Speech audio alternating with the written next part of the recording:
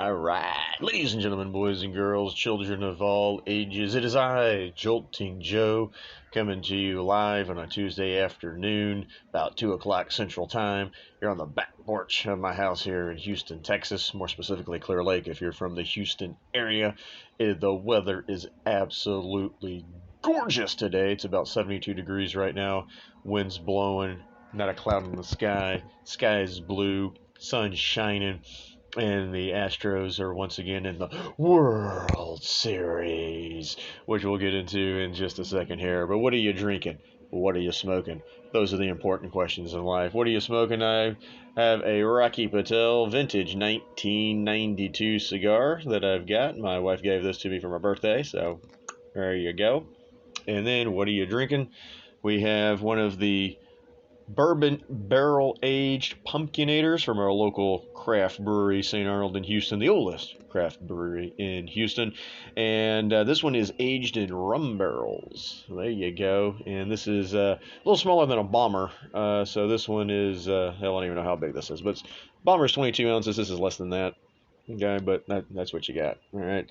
And then we're, of course, rocking. We showed this yesterday. We got the Pumpkinator glass. So you got the Pumpkinator, and then you got the little, there you go, the little jack-o'-lantern on the back side there. All right, and that little part actually glows in the dark. It's actually kind of cool. All right, so without further ado, let's pour this beer.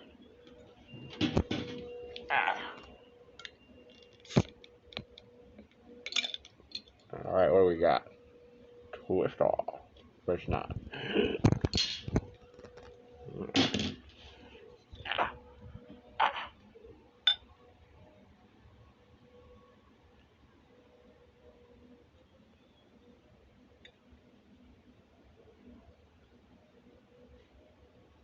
Oh yeah, I know that.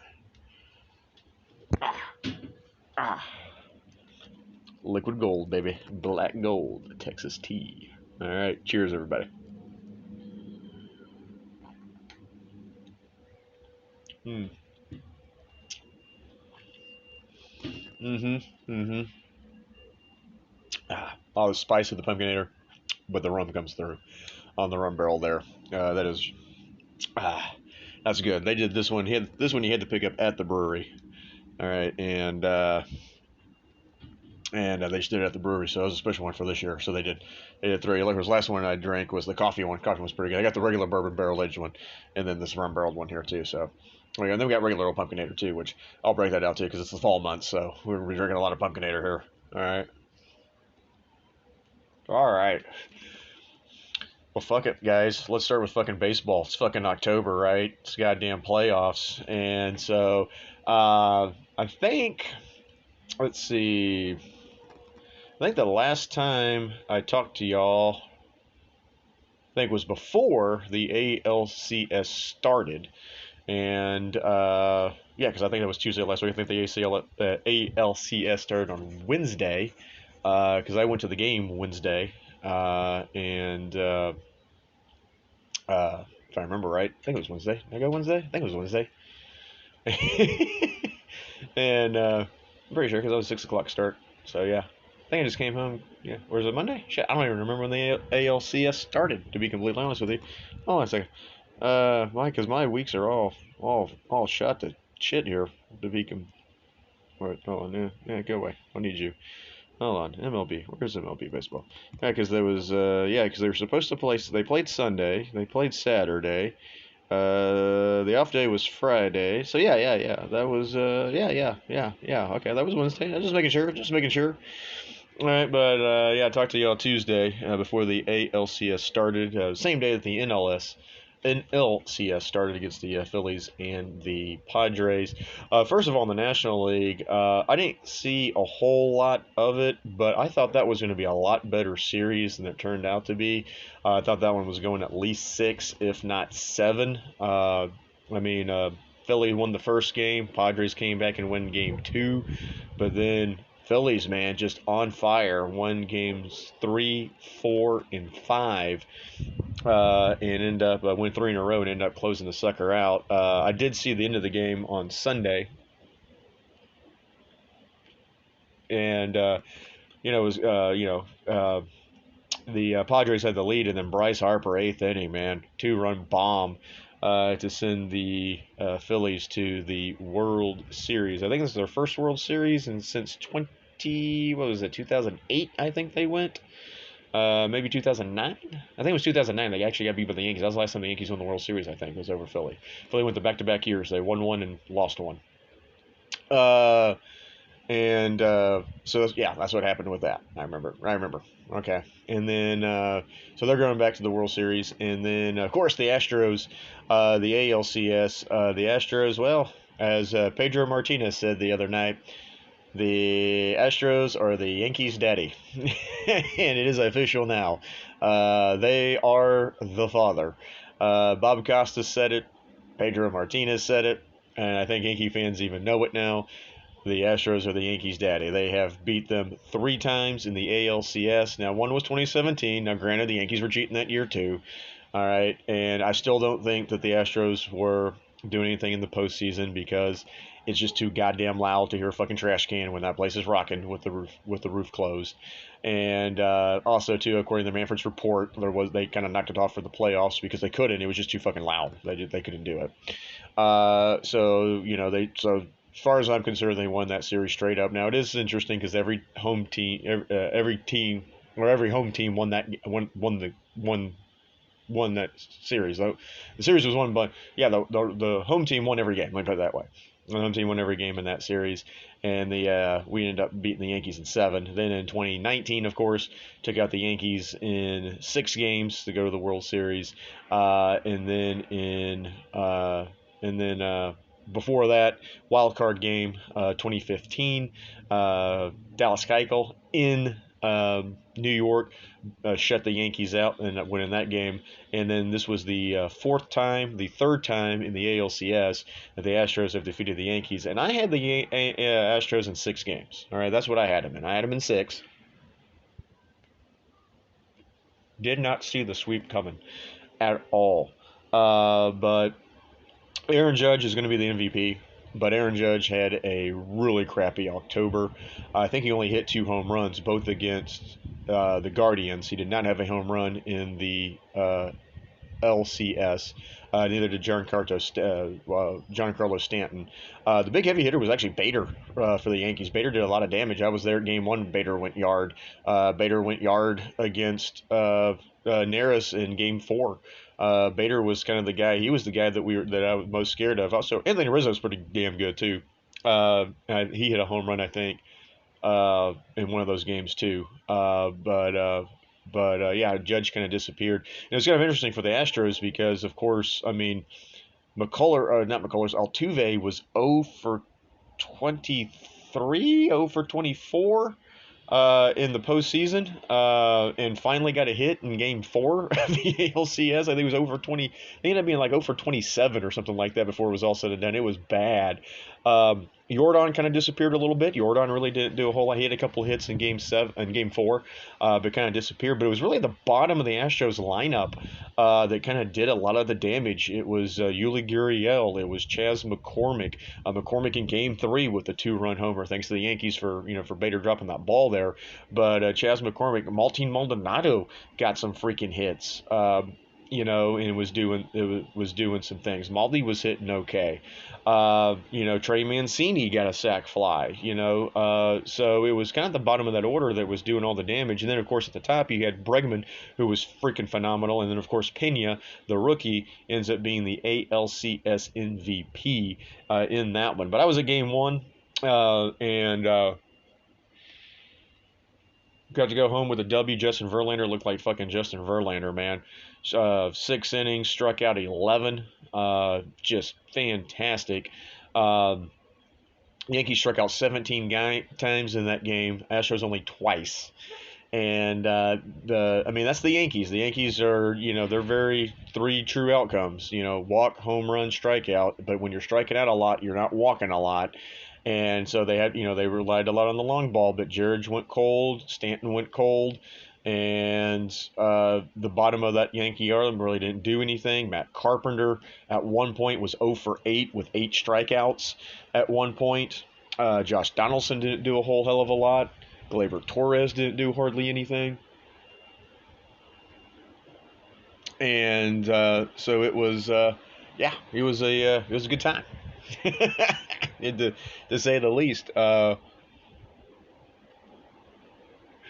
of course, they threw Talion in there for game one, and then Severino did a pretty good job in game two. It's just that Framber was a little bit better, and the Yankees' 2 runs that they scored were both unearned in that game. The Astros held on and won that one 3-2.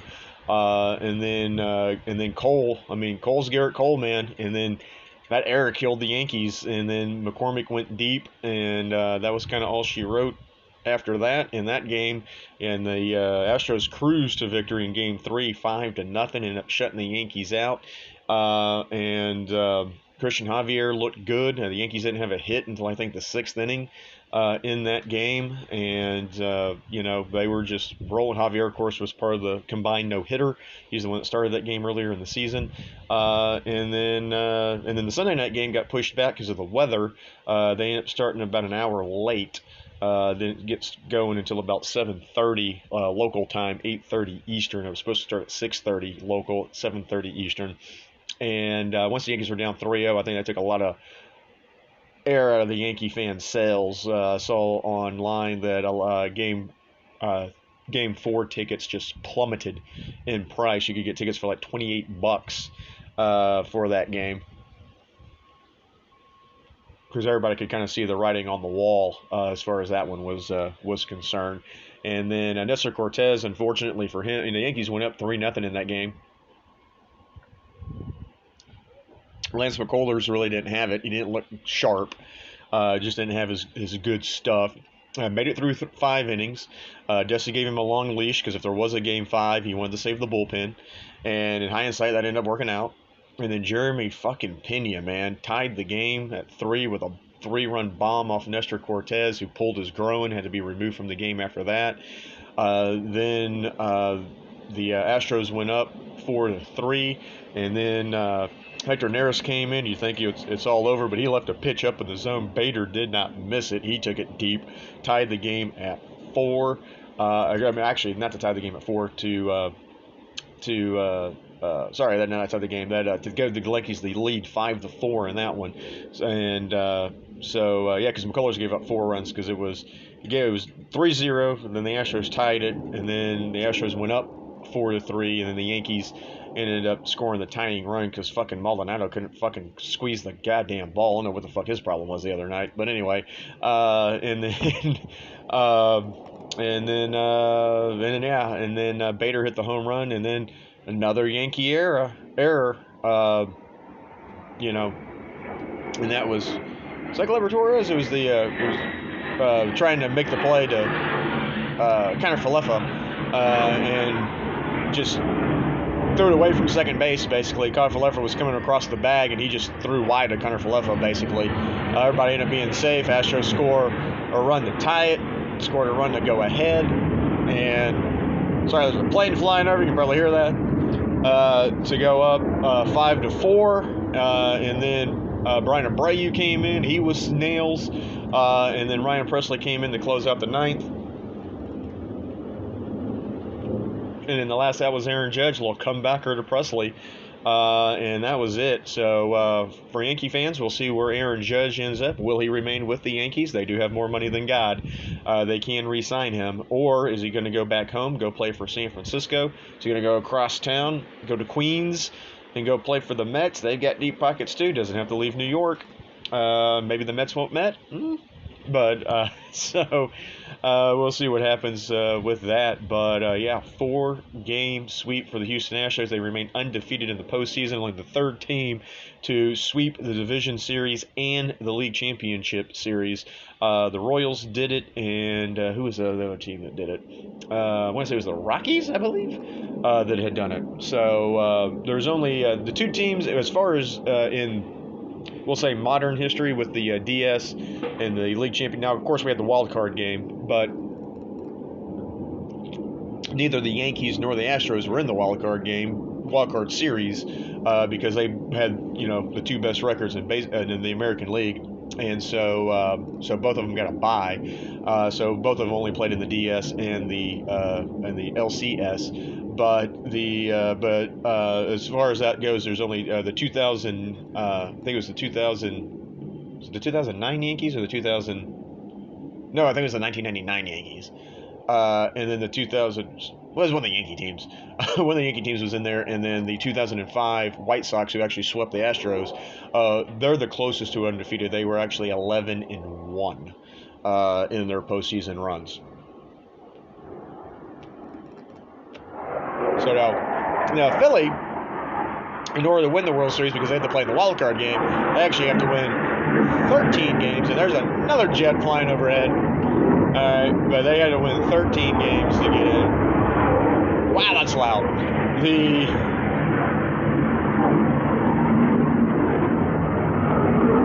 gonna pause it. And we're back. All right, that was loud. I had to pause it for a second, so hopefully this doesn't do too much of a jump cut there. All right, but so they're the only ones. They got the closest. Both of them were 11-1. So we'll see what the Astros do. Philly's a damn good team. Schwarber at the top. He's on fire right now. Bryce Harper is on fire right now. And then JT Realmuto is in there. There's one more guy in there. I can't remember his name in the lineup. So they got three pretty good heavy hitters there. The bullpen is not as good as the Astros. The Astros do have a better bullpen, and the Astros do have better starting pitching. Although the Phillies do have two really good pitchers. It's with Nola and can't remember the other guy, Wheeler, I think, or their two horses. But the Astros definitely have better depth, and so we'll kind of see how that plays for that. World Series Game 1 starts on Friday. They will play Friday, Saturday, have Sunday off, play Monday, Tuesday, and Wednesday with Thursday off, and then back for 6 and 7 if necessary in Houston on for 6 and 7.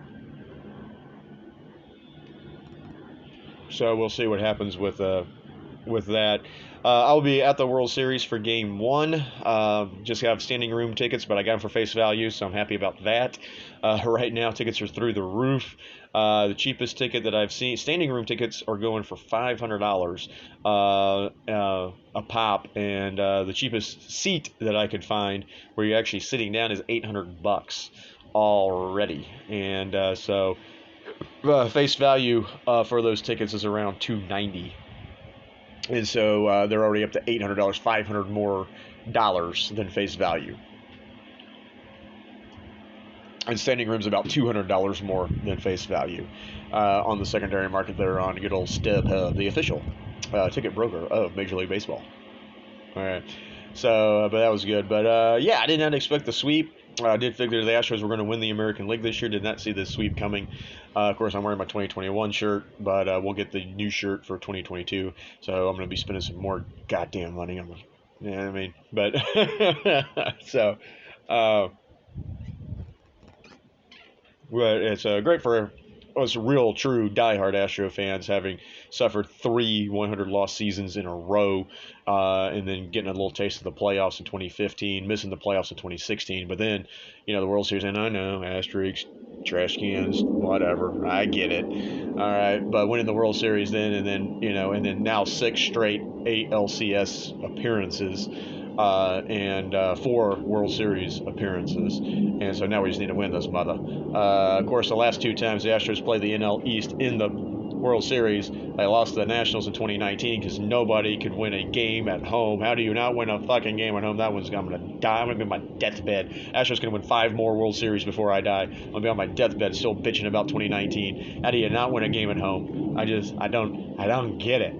But and then last year they just got beat by the Braves. Astros did not have any pitching last year. Braves just put it together. Braves were hot, and the Nats were hot, and that's what scares me out of the Phillies is the Phillies are hot, and the Phillies are from the NL East. So maybe the Astros can exercise their demons and beat an NL East team. So I think I'm going to go ahead and pick the Astros in 6 last series. I'm going to pick the Astros in 6 in this series. It could go 7. I don't know, but I'll take the Astros in 6, and Hopefully we'll be having a parade downtown, and hopefully we'll be celebrating a World Series victory with no damn asterisks, and actually be able to put up another banner in Minute Maid Park next year. All right, I'm gonna pause it to get another goddamn jet. All right, you think there's that freaking Shea Stadium at fucking LaGuardia, man? Jesus Christ! All right.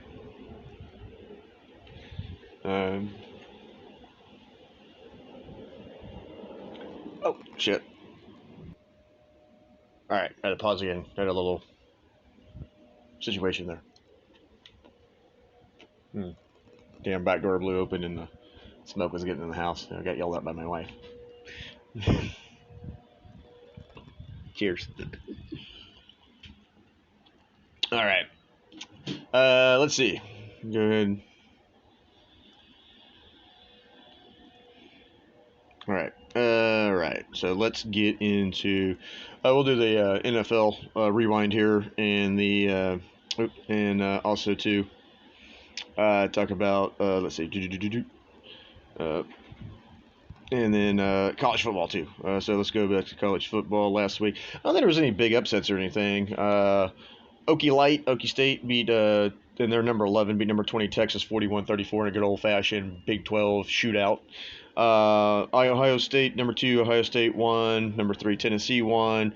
Clemson got by Syracuse 27-21. Cincinnati snuck by SMU 29-27. LSU beat Ole Miss. That was the big upset. 45. Ole Miss ranked number 7. LSU unranked. LSU won 45-20. Oregon beat UCLA. That was a 10 versus a 9. 45-30. Wake Forest won. Tulane won. Bama won. They beat number 24 Mississippi State. Penn State won, and then TCU beat Kansas State 38-28. So, like I said, just one big upset there. Let's see what we got this week. So we got any big matchups here. We got number 2 Ohio State at number 13 Penn State. And then we've got Florida going to number 1 Georgia. We've got number 9 Oklahoma State, number 22 Kansas State. Trying to get ranked matchups here. Number 19 Kentucky at number 3 Tennessee. Yeah, that college football doesn't look all that great this week, just to be completely honest with you. All right, let's go to the NFL. All right, so this past week, hold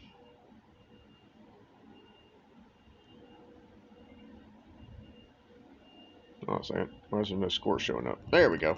All right.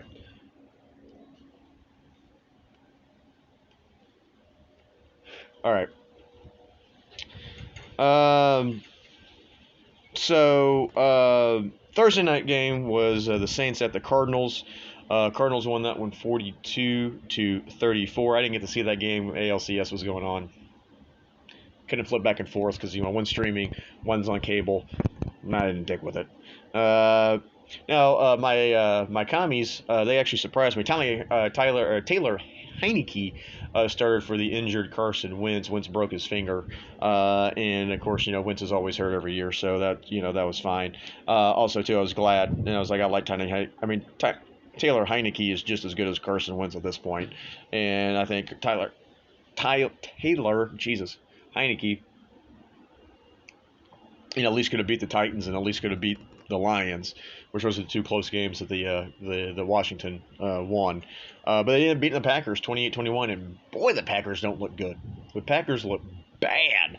But they beat the Packers at home 23-21. A little surprised by that.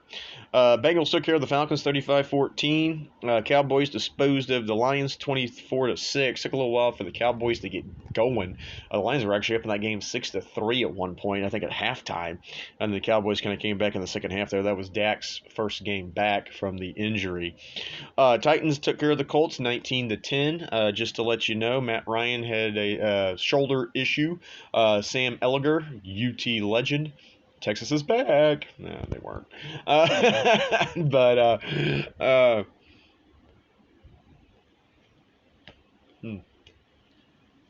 If you don't know that story, when Texas beat Georgia, I think it was in the Peach Bowl. Was it the Peach Bowl? I think it was the Peach Bowl. Yeah, Sammy Langer said Texas is back, and then they weren't. But anyway, Sammy Langer is going to get the start for the Colts against the Commanders this week. Panthers surprised the Bucks 21-3. Mike Evans dropped a wide open touchdown pass. You could not be more wide open. I had to pull like a Chandler from Friends. Can you be more wide open? No, you can't, Chandler. You cannot be that more wide open. All right. As far as that goes, but the Bucks just are not good. Tom Brady looks like crap. Father Time's finally catching up with him, it looks like, and I think that's going to be it for. This is it for Tom Brady. And somewhere Gisela's like, you left me for, or Giselle, sorry, I always say Gisela, I don't know why I do that, but somewhere Giselle's saying, and you left me for this. So anyway, Giants come from behind and beat the Jaguars. I was watching that game because I had money on that game. I told you I took the Giants on the money line, so I just need the Giants to win, and the Giants made it fucking interesting. Jaguars came back and they got down to the one, and fortunately time expired. Giants hold on and win the thing 23-17, but the Giants have only lost one game this season so far. Ravens sneaked by the Browns 23-20, and I don't know what's up with the Ravens. They should be better than that, but no Russell Wilson, so the Jets defeat the Broncos 16-9.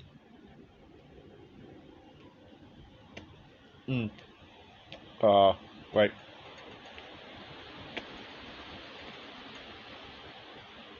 Well, I gotta do some sucking here.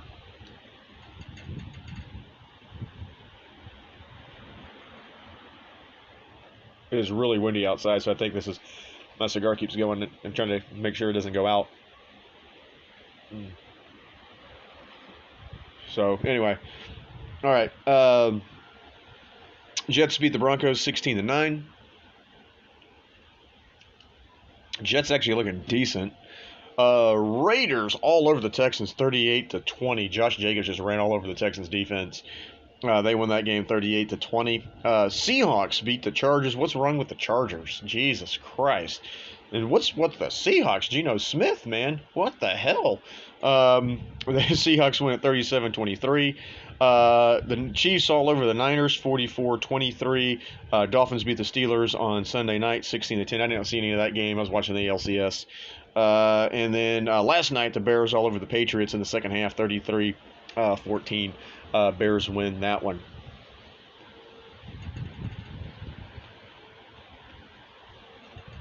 So, yeah, that one. Ugh. Yeah, I'm after. Yeah, man. Goddamn, it's windy as hell out here. I don't know if I'm going to be able to relight this or not. Oh, maybe. Ooh, we just started. All right, let me see if I can get this sucker.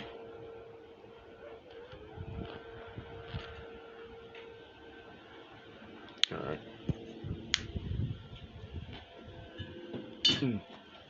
There we go. All right, so this week, Thursday night will be Ravens at Bucks. Ravens are 1.5 favorites. I mean, the Ravens should win the game, but they only beat Cleveland by 3. Tampa looks like absolute dog shit right now, so I don't know what to say about that.